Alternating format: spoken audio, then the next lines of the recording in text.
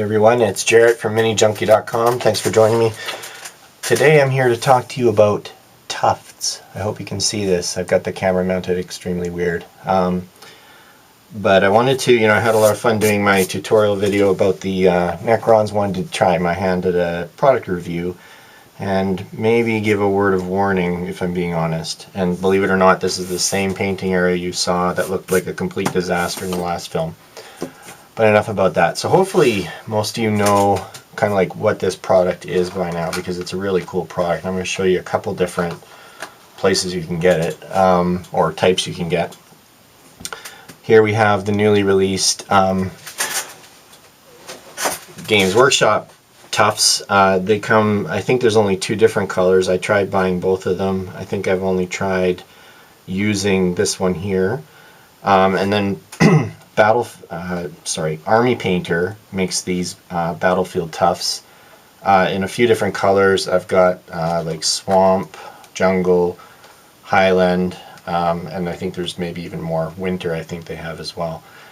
This is an awesome product. I actually like this type of product much more than static grass because, well, a few reasons. Static grass I find doesn't look very realistic to me. It looks quite artificial. It tends to not stand up the way you want it to, even if you try doing all the different tricks like blowing from the side, etc. I find it just looks like a little pile of green mess most of the time, even when people have quite a bit of experience with it. I find that these Tufts look nice and natural, and what's cool is, you can put them on and then you can kind of use them big and bushy, or you can trim them down. What I like to do is I actually have a pair of nail clippers. Sorry, I'm trying to see if you guys can see this on the video. A pair of nail trimmer scissors that you just basically wait for your glue to dry on the tuft, and then you can just trim it down.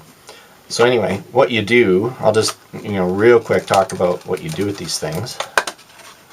You just, the Army Painter ones come in this folded up piece of paper here, or piece of plastic of some sort, and they're just stuck right on there with some sort of adhesive.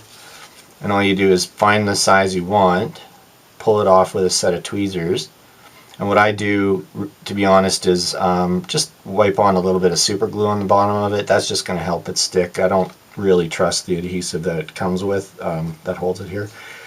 You can try that, but I use super glue. And when you apply it to the miniature, I just basically tamp it down with the tweezers, make sure it's...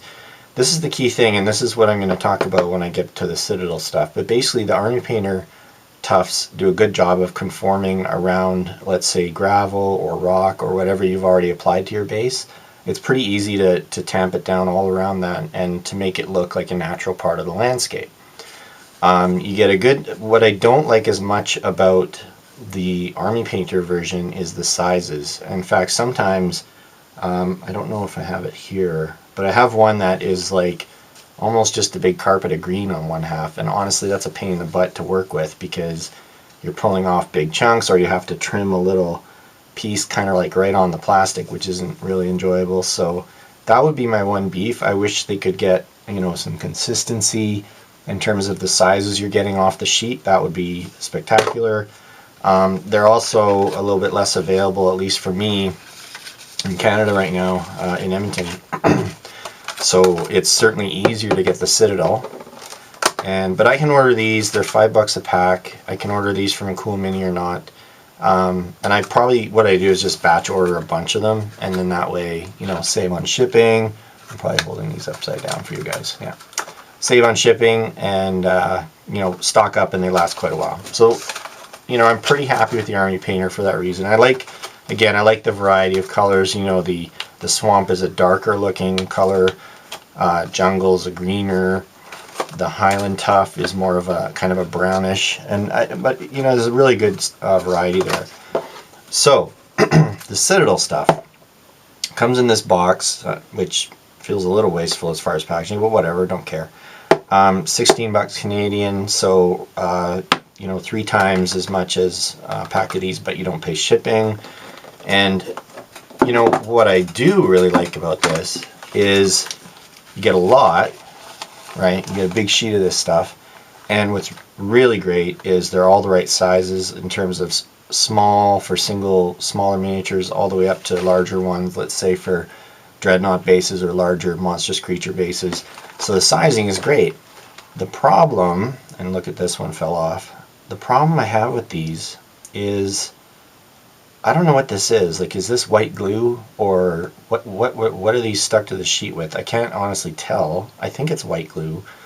But the problem is, you know, you pluck them off, and when I try to glue them down, you can kind of see some of the white, you know, it's got this white stuff. So the white stuff that's holding the tuft together kind of shows. Like, you know, on a lot of the ones that I was trying to use, you can kind of see that white base kind of like against the backdrop of however you've painted your sand, which I'm not a big fan of that. That's strike one. The other strike is whatever this is. I'm still inclined to think it's white glue, but I'm not sure. It doesn't conform. So what happens is you lay it down on your base, and you know, even when I'm using super glue, what happens is like one side will kind of stick up, or well, yeah, that's basically it. Like, edges will stick up because it's not really conforming all the way around nice tight to your base. So you end up with this really unnatural looking lift on one side.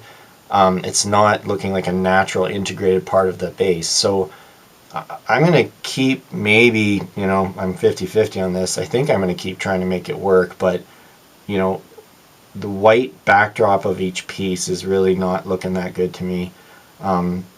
And then, you know, if I can't get that thing to lay perfectly natural amongst all the crags of a typical base, it's not a lot of use to me because it just doesn't look that good. And it kind of defeats the purpose of going with this really nice looking natural material and this natural type of terrain.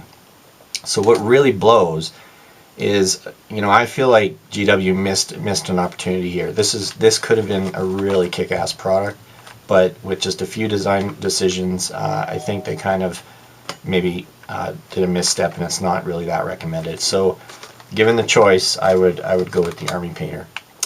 Thanks for watching. Leave a comment and rate and subscribe if you're enjoying these videos. Thanks.